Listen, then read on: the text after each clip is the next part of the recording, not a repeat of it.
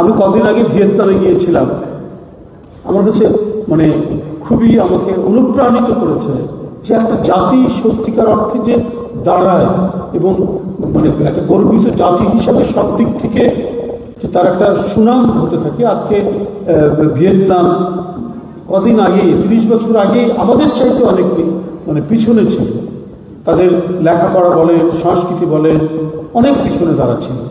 কিন্তু ক্রমান্বয়ে তারা আজকে যে পর্যায়ে দাঁড়িয়েছে, আমাদের দেশেই প্রায় $1.5 বিলিয়ন তারা রপ্তানি করে। আমরা এখান থেকে রপ্তানি করি 100 থেকে 150 মিলিয়ন ডলার।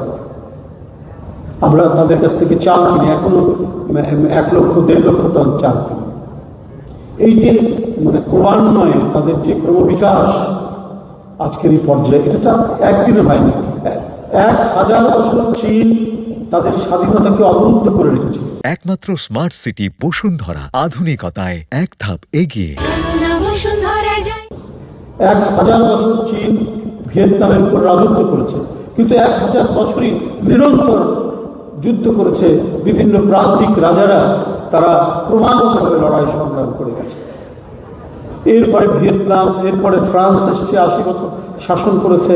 জাপান এসেছে, গোটা যুদ্ধের, দ্বিতীয় বিশ্বযুদ্ধের সময় তারা সেখানে শাসন করেছে, বর্বর অভিযান চালিয়েছে, নির্মমতা দেখিয়েছে।